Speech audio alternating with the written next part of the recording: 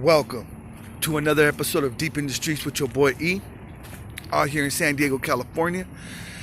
Wanted to go ahead and check in on this beautiful March 2nd, and I want to go ahead and talk about success, because I know for myself when I first came into the program, into this new way of living, it was really hard for me to go ahead and accept success. I wasn't used to feeling success. Every time I had something good in my life, when I was active in my addiction, I was prepared to get it taken away because I knew that I didn't earn that the right, proper way.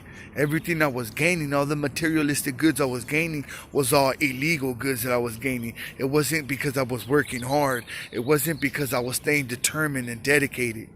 So now, for example, with my truck, I purchased my truck. I still feel nervous. I still feel like, wait a minute, is this even mine, But then again, I got paid on Friday, okay? And basically, I got paid on Friday, so I don't only have my obligations to my truck, but I also have my rent that we have to take care of.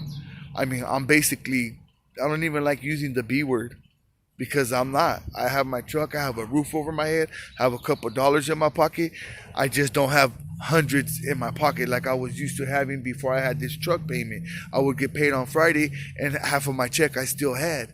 Now I get paid and half of my check is gone. More than half of my check is gone towards bills. But you know what? I like that. I feel like it's a sign of success. I have something to show for my money now. All year I've been working. And what do I have to show for it? My truck today. My peace of mind.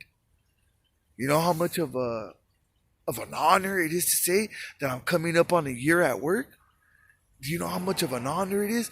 It's unbelievable. It goes back to the Just for Today talking about success. We're not used to that. I'm not used to that success. I'm not used to completing a year at work. Legit? You know how blessed I am?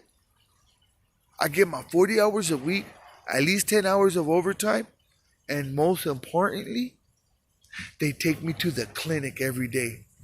I'm accepted for who I am today. I don't have to try to hide my image today. I don't have to be worried about what they're going to think when they find out what methadone is. Not at all. Not at all. I had told somebody yesterday a little comment about, we were talking about me at work coming up on a year, and one of my boys was like, look at the fucking truck that he got now, fucking that job is a blessing. I was like, that's the work truck basically, they're the ones paying for it. I got that truck because of them. And the homie said, nah, boy, you got that truck because of you, fool. You got that truck, dog. You're the one that's been going to work every fucking morning at 5 a.m. You're the one that gets up and put up with these people at work when they're being disrespectful. You earned that truck, dig. Don't ever take that away from yourself. And that's the second time that someone's told me something like that. My brother told me a comment like that, and now my boy told me a comment like that. And it means a lot. Like, I got to start giving myself more credit. I have to start giving myself more credit. I don't want to lose any of this. That's why I don't refer homies anymore. Because it's hard enough for me to stay clean at work. I could imagine if I have somebody that lives the same way that I used to live, that has the same fucking filthy thinking that I have, together at the job pace. One day we're going to end up working together and it's going to be all bad eventually. It's hard enough for me to stay clean. I told the homegirl yesterday, I was like, I told everybody when I first got hired there, I was like, dog, there's this place hiring. They're not doing background checks and they're not doing drug tests. Oh, well, fuck working 12 hours. Now, fuck that. I don't even work there no more. I don't even know. I don't even forget what the place is called. I can't. I don't want to lose this. It's too precious for me. So I don't want to expose anybody else to this. I'm sorry. Call it selfish, whatever you want.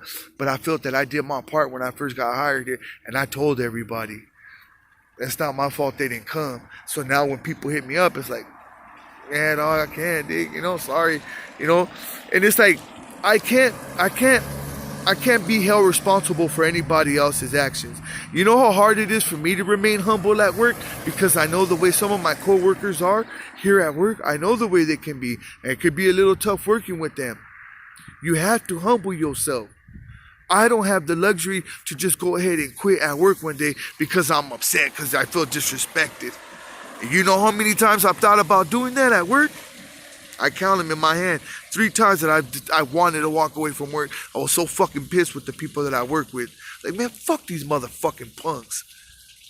And I thought about it, like, man, this was before I had my truck too. I was like, man, are you serious? I'm gonna let this fucking idiot affect my paper? Nah, fuck that. And I had to humble myself and stick the situation out. Fight through that. And thank God that I made it. Thank God that I stayed. So when I have a homie ask me about coming here to work, it's hard because I know the way the homies are. It's like I tell some homies, like, damn, boy, you ain't gonna make it, fool. You gotta put up with some of these motherfuckers that work talking shit sometimes. I will. Fool, no you won't. You know what I mean? It's fucking so hard for me to do it. And I've already been practicing on the street. You haven't been practicing in the streets. You're still very fucking arrogant and cocky on the streets. You think you're gonna start practicing now at a place of employment? Fuck no. You gotta start now on the streets. So when you get to the place of employment, it's nothing to you. And that's why I thank Crash every day, because they're the ones that showed me how I practice to start being humble every day. That's why I love that place, Crash. Community resources and self-help. Don't forget to hit that like button. Subscribe if you haven't subscribed yet. And once again, welcome back to Deep in the Streets.